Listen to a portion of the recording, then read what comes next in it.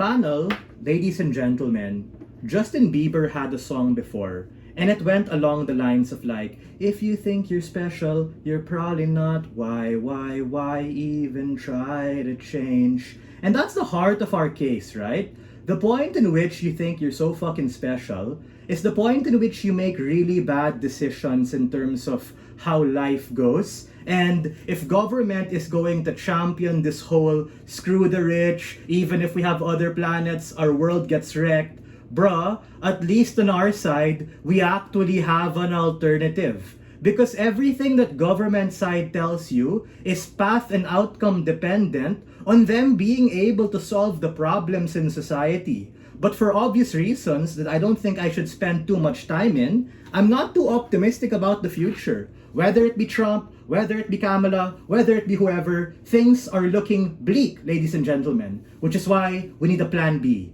And that plan B can only happen on closing opposition. 3 questions I'm going to answer in this debate. Number 1, what exactly is the rare earth hypothesis imply? And this directly answers the issue of opening government's missing comparative. Number 2, where and why can we get better innovation and protection of humanity through the lens of the Great Filter hypothesis? Me responding to opening opposition's underdeveloped counterfactual. And thirdly, talking about extinction and sustainability and how that's more likely if we look at humanity through the lens of REH, a direct response to the extension we get from closing government. Firstly, what exactly is the difference between the rare earth hypothesis versus the Great Filter hypothesis? And what is the exclusive delta on closing opposition?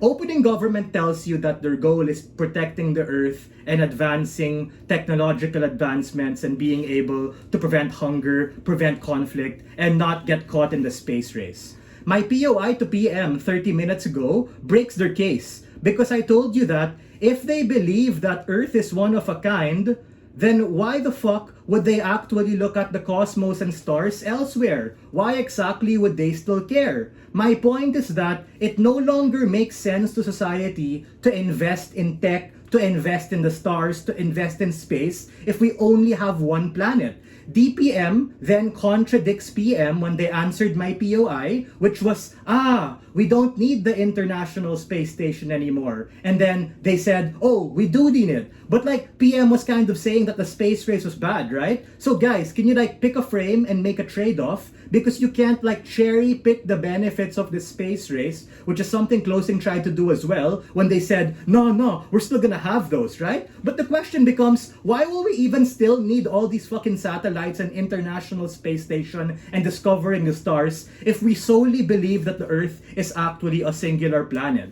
The problem with opening government's case is that if they believe the Earth is one of a kind and we're gonna do our best to fix it, it becomes outcome dependent on literally being able to do that. What happens if the next ice age kills us all? What happens if there's a big-ass asteroid that smashes the Earth and pushes us out of orbit? What happens if aliens do exist? I'm not smoking weed, but I think these are all fair POIs to ask because these are not outcome dependent on us getting our shit together, and this creatively expands the debate in a way that asks important questions on humanity's future. The comparative is very clear. If we put all of our eggs in one basket when we think we're so special, even if we're successful, we have a very finite time frame in terms of the planet because last time I checked, our planet has finite resources. What happens if our sun dies and stuff, right?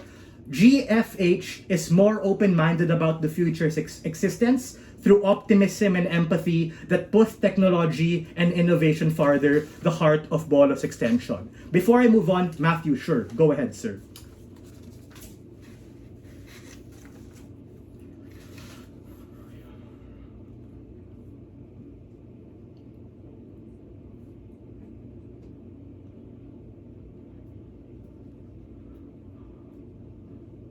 I agree with that, but like people panic even more at the point in which something can go wrong. So instead of us like freaking about an asteroid coming, I'd rather also try and look for something else or look for other technology to be able to wreck that asteroid in the worst case that we get wrecked. On your side, you're outcome dependent on being able to get that technology and that big asteroid not smashing you. I'd rather be able to go somewhere else. Second question, what exactly is innovation better off and why is this better through GFH?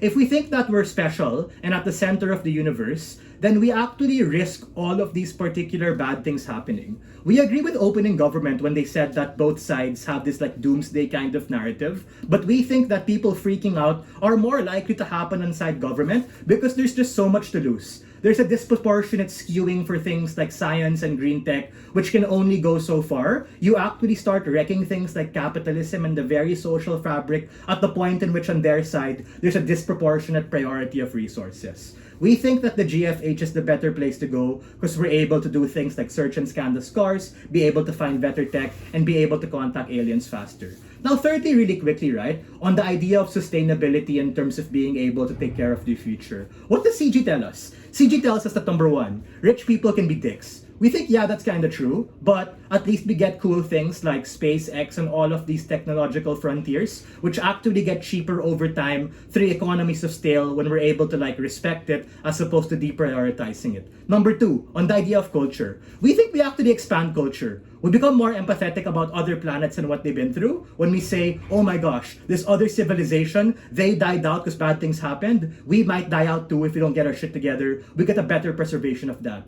Thirdly, they talk about how there's this like exhausting of resources when we find out there are other alternatives. That's fine, right? If it's really scarce and it might run out, I'd rather it run out and we go somewhere else as opposed to on your side when it runs out and there's nothing left. So for all of these reasons, if we want to be able to live in a world that is optimistic, that has better tech, that is more sustainable, stick with our side. We have a plan B. We have better risk management. We don't put all our eggs in one basket. We are very proud to take this route.